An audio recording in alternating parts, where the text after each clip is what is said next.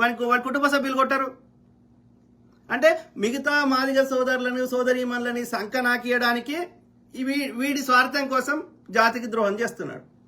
Same thing with R Krishnaiah garu. ఎవడు అడగకున్నా EWS చట్టం తెచ్చిండు, 3% ఉన్నవానికి 10% రిజర్వేషన్ తెచ్చిండు, 50% లిమిట్ పెట్టలేదు.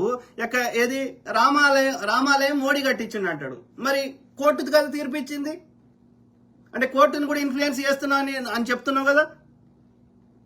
ఎలక్షన్ కమిషన్ ని ఇన్ఫ్లుయెన్స్, అన్ని వ్యవస్థలు ఇన్ఫ్లుయెన్స్ చేస్తున్నావు, మీడియా అని ఎవ్రీథింగ్ అని నువ్వే చెప్పుకుంటున్నావు కదా. మరి ఈ కేసులో కూడా ఇప్పుడు కూడా కోర్టు తీర్పిస్తే జీవోకు వ్యతిరేకంగా మరి అది కూడా నువ్వే చెప్పించినట్టు కదా. ఇలా 2 రకాలుగా కాంగ్రెస్ వాడు కులగన్న చేసిండు. ఒక్క బీజేపీ పాలిత రాష్ట్రంలో కులగన్న చేస్తలేరు, ఒక్క బీజేపీ పాలిత రాష్ట్రంలో వర్గీకరణ చేస్తలేరు, ఎస్సీ వర్గీకరణ కానీ ఎస్టీ వర్గీకరణ కానీ. కానీ తెలంగాణలో సమన్యాయం చేసే ప్రయత్నం చేస్తుంటే అడ్డుకాలు వేస్తుంది ఎవరు. ఇలా